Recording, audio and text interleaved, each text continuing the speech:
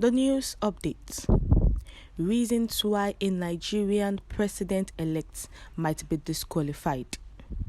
Welcome to today's news, and thank you for tuning in to the news. But please do well to subscribe to this channel by clicking on the subscribe button and the bell for more updates. Now to the news details. Please listen to the end. The Nigerian Constitution provides a framework that governs the electoral process, ensuring a fair and transparent selection of leaders.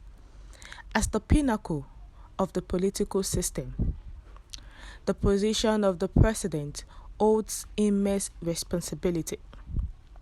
However, there are certain circumstances under which a Nigerian president-elect might be disqualified from assuming office. This news aims to shed light on some key reasons that can lead to the disqualification of a president-elect, as stipulated by the Nigerian Constitution. Number 1. Failure to meet the constitutional age requirement.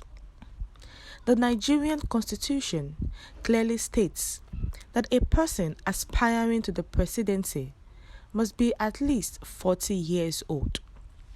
If the president-elect is found to be below the prescribed age limit, their election would be deemed invalid and they would be disqualified from assuming office.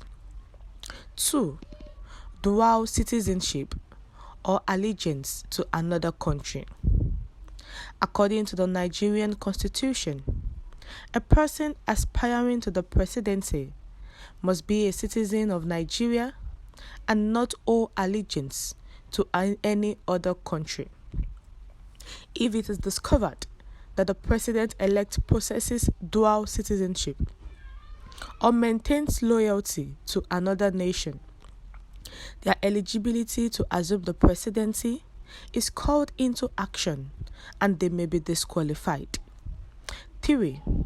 Lack of educational qualifications. To be eligible for the position of president, a candidate must possess a minimum educational qualification of at least a secondary school certificate or its equivalent. In the event that the president-elect is unable to provide the necessary documentation to prove their educational qualifications, their eligibility may be challenged, potentially leading to disqualification. We go to the next one, number 4. Breach of electoral laws.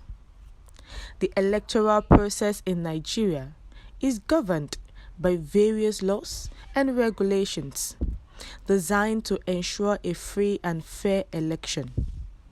If the president-elect is found guilty of breaching these electoral laws, such as engaging in electoral malpractices or acts of violence, their election victory can be challenged, potentially resulting in disqualification. 5. Involvement in criminal activities. If credible evidence emerges suggesting the president-elect's involvement in criminal activities, such as corruption, fraud, or any offense punishable by imprisonment for a term exceeding 12 months, they may be disqualified from assuming the presidency. The Constitution places a high premium on integrity and mandates that the president-elect must not have a criminal record. And last but not the least, mental or physical incapacity.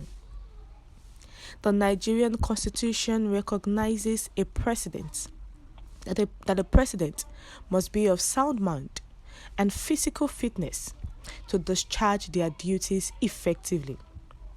If the president-elect is found to be mentally or physically incapacitated to the extent that they cannot fulfill the demands of the office, disqualification may be warranted. We have a lot of reasons. But looking at those reasons, is Nigerian constitution being followed? That's the main question. Because those reasons has highlighted who and what and why you are a presidential elect of Nigeria. Your age must not be beyond 40 years. You must not have a dual citizenship or pledge allegiance to another country. And you must possess at least a minimum of secondary school certificates. You must not breach any electoral laws like rigging, corruption. You must not be involved in criminal activities, and you must be mentally and physically capacitated. But is all this being looked into?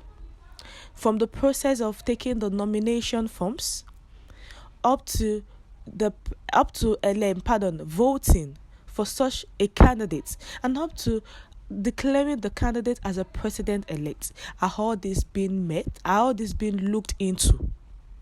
Let's look at the presidential elect of this 2023.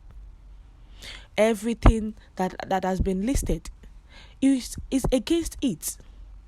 And we said we have a constitution that we are not following. Constitutions that even the political gurus are not actually looking into.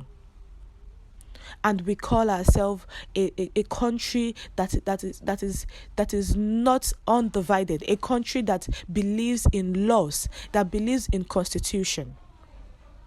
These laws do not need to be broken in as much as it has been passed into power. You must be mentally and physically okay, both health-wisely and all that. You must not possess dual citizenship or pledge allegiance to another country. You must be a Nigeria to the full core. You can live in other country, but having their citizenship is not required. What's your view concerning this? Please share your comments in the comment section. Thank you for tuning in to the end.